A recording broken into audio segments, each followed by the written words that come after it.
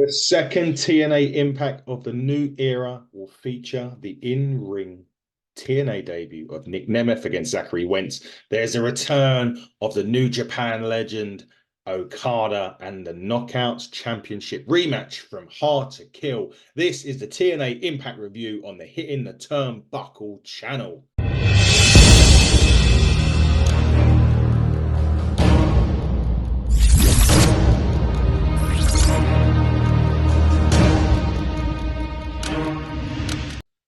What another great show that TNA put on. Their second one, as we said, since the inception or since the re-inception of TNA.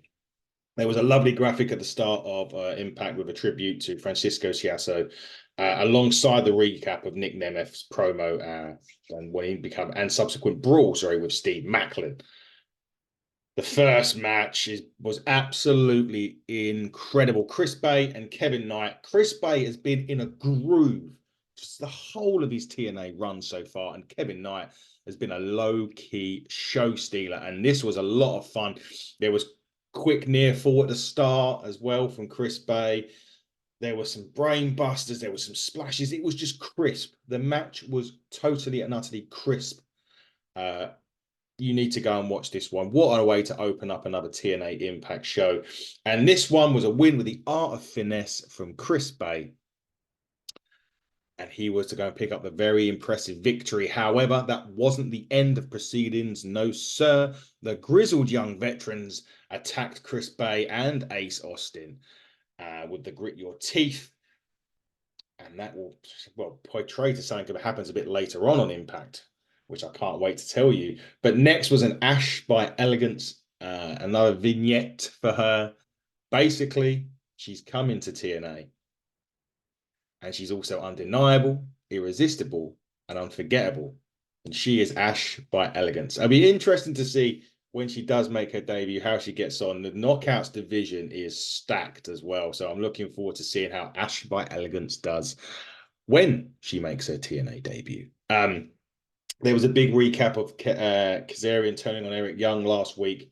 And Kazarian was meant to explain his actions, but he did say that he's got nothing to explain right now. He'll explain it next week. Rich Swann then come out and basically interrupted Kazarian, and actually Kazarian tells him to join him because he's doing nothing. And at that point, that brings out AJ Francis, Top Dollar, who told Swann that he'll be there from him when he faces Joe Hendry. It's an upcoming match on TNA. And Francis asked where they met. It was back row of a plane 5 years ago, and now he flies first class while Swann flies at the back. Well, that's interesting because he's a former TNA champion. But we have AJ Francis in his corner against Joe Hendry. We'll have to wait and see. Dirty Dango and Oleg Prudus was next. Dango hates wrestling or professional wrestling. And basically, Oleg Prudus demolishes Dante King and Darian Drake in a matter of seconds. It was all over. Literally, simple as that. A few moves, Eye of the Hurricane. Oh, Dango tagged in, for the Eye of the Hurricane, and gone. Done. That match was finished. The veterans were actually complaining about being put in a fatal four-way match. So Santino Marella said, well, guess what? You're complaining about that. You beat up Bullet Club ABC earlier on. So now, as of next week, they're doing a best of 3 series for the TNA Tag Team Championships, Bullet Club ABC versus Grizzled Young Veterans. I said this last week, take the money, because that is going to be all shades of awesomeness. Cannot wait for that. Machine Guns and Okada was interviewed backstage, and they said they're going to show everyone what non-stop action is in the main event. Before we get to the main event, though, we had the Knockouts Championship rematch from Hard to Kill, Jordynne Grace versus Trinity. Started off with a nice handshake and a nice Knockouts chance from the crowd, but as soon as we had the handshake, Trinity went smashing in with a forearm. And she hit the V-trigger and got starstruck earlier on, but Grace got to the ropes quite quickly on that. And then Grace did escape a corner charge with a huge forearm of her own, and then hit a spine buster that Double A would be proud of for a close 2. And at one point, Grace hopped up and she got kicked back down and getting a Vader bomb, a 2 off a Vader bomb as well. Grace did go for a vertebrator at one point, but Trinity rolled away and hit an enziguri. She trapped her feet in the ropes and landed a head scissor variant of a heat seeker, which was, you must see that, for another close 2. There was a full Nelson bomb. They went for a superplex, but Julian Gray settled for a few headbutts before landing a beautiful delayed vertical suplex and juggernaut jackhammer for 2. There was a lot of back and forth at one point as well. And Trinity was like, there was a full Nelson bomb, but it looked like it was a desperation of full Nelson bomb from Trinity at this point, and she couldn't follow up. Then with Starstruck, Jordan Grace went for the muscle buster again, but Trinity flipped over, got a sunset flip for a 2. And then there was a load of those 1 count cradles that you get. And then right at the end of that, there was a 2 count cradle. And then Trinity turned it into Starstruck. But when she was doing that, Jordan Grace turned that into a pinfall to retain the Knockouts Championship. And it was probably one of the best Knockouts TV title matches in many, many years. What happens to Trinity after this, we don't know. There is rumors about the Royal Rumble. Maybe she's going to be in that. We don't know. But anyway, that wasn't the end of that, because Giselle Shaw and the goons beat up both the women. She V-triggered Trinity down and out. So Giselle Shaw, who has got an opportunity for the Knockouts Championship, it looks like she's staking her claim early. Now, backstage, the system said they were the standard bearers in TNA. And Moose, as the TNA champion, basically proves that it works. So it will be interesting. And then it went to Josh Alexander at one point, and he said he was living his dream since he was 15, wrestling in a TNA ring.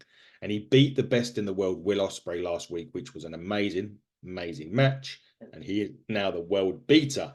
However, he was interrupted by Alan Angels and let him know that, and he was basically asking to be Josh Alexander to be the first guest on his new show, The Sound Check. And after much deliberation, Josh Alexander agrees to do that. I believe that's going to be next week. But it was time for the wanted man. It was time for Nic Nemeth's return or debut in TNA Impact against Zachary Wentz. And what a great opponent for Nemeth to face in this match. It was, again, a really, really good match. And, you know, there was times when, you know, Zachary Wentz went for the super kicks, but he got caught in a drop kick. There was a Trey Miguel trip on the outside, which led to a little bit of Zachary getting the edge a little bit. Eventually, after Nemeth slugged away to escape the surfboard, he landed a Stinger Splash and a Rude Awakening. But Wentz then avoided a corner charge and got a schoolboy with the trunks, which looked like it was going to be a 3, but Nemeth kicked out at a 2.8. There was a leaping DDT for a 2. Then there was a slick handspring knee strike from Wentz as well into a half Nelson slam. That got a 2 as well. But as he went for the snapmare driver, it was countered into the formerly known as zigzag, now called the danger zone, for the win. And that gives Nic Nemeth an impressive victory in his TNA debut. But Trey Miguel then come in. He ate as a danger zone before Macklin also running, and he started to take out Nemeth. He wanted the KIA, but instead he ate another danger zone. Nic Nemeth is on fire this week on Impact Wrestling. I can't wait for TNA Impact. I can't wait to see if he gets his title shot. We'll have to see. There was a crazy Steve video saying that Tommy Dreamer held him back and he's going to use the digital media title to cover the scar into the history books of TNA wrestling. And he was then confronted by Rhino, and he wants the title as well. Wow. We're looking forward to seeing that one. And then the Decay video airs, and they are here to be reborn. To be reborn in the reborn TNA, the Decay, the tag team champions, after being MK Ultra at Hard to Kill. Speaking of MK Ultra, they took on England's own Danny Luna and Jody Fret in a really good little tag match here. They just kept beating up Luna in this one. I'm really, really gutted about that, to be honest with you. But MK Ultra did get the victory. They hit a lovely little short drop powerbomb on Jody Fret for the win, and then they just carried on beating up Luna and hit that same short drop to double powerbomb maneuver. Not a fan of that, just because it's on Danny Luna and she's an absolute legend over here in the UK. But she's obviously making a name for herself in TNA, which is great to see. Still to see Harley Hudson, Xia Brookside was there as well. Hopefully, we'll see Mr. Trent Seven there at some point. We know flight issues cost him the opportunity this time. Hopefully, we'll get to see him. And sooner or later, you are going to see Leon Slater in a TNA ring. And let me tell you, that is the perfect fit. Anyway, main event time, the Motor City Machine Guns and Okada against Moose, Myers, and Edwards, the system. Oh, what a great way to end this TNA show. The entrance of Motor City Machine Guns, the fans loved it. But the coin drop was unbelievable. When that coin drop hit for Okada's music, they went crazy. Even Tom Hannifan on commentary, by the way, said about how he talked openly about how Okada hated his first run and he wanted to make it, wanted to make amends for that first run. But that coin drop, that was amazing. Anyway, Shelley started off the match and he was working over Edwards' arm, and then there was a tag in by Myers, and he went off to face with Sabin. The match just went crazy. There was a quick one where Moose just about avoided a Rainmaker quite early on in this match as well. As the match went on, obviously the system started taking control a little bit, and it was all on Shelley really at this point. And then Sabin hit Shelley with the haluva kick by mistake. So it looks as if our TNA moving in a direction where the Motor City Machine Guns get against each other again. Maybe, who knows? Who knows? Anyways, Sabin eventually did land a big top rope crossbody on Myers and Edwards before a tornado DDT. Moose and Okada, that was brawling on the outside, come back in before Moose got spiked on a DDT. And an Okada flapjack hit Myers before the air raid crashed net breaker to Moose for the 2.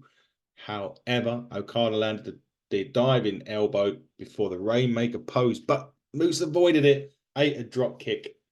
Moose responded with one of his own. Edwards avoids the shell shock at this point, and a backup stunner gets a 2. A little something the system chant was mooted. I'll let you have a think about that one. They did end up missing the roster. Myers missed a roster cut on Okada, but the Rainmaker doesn't miss, and the shell shock wins it. And it ends the show with the Machine Guns and Okada hugging, and the Rainmaker gives one last Rainmaker pose on USA TV. What does the future hold for Okada? We do not know. That is up in the air at this moment in time. There was rumors. Those rumors got debunked. There was more rumors. Those rumors got debunked. We will soon find out what happens to Okada. But what another great episode of TNA Impact, the second one of the new era. It's heating up. We cannot wait for next week to review the next episode of TNA. And until a bit later on, everybody, when I interview the Godfighter Corey McRae, buckle down and stay safe.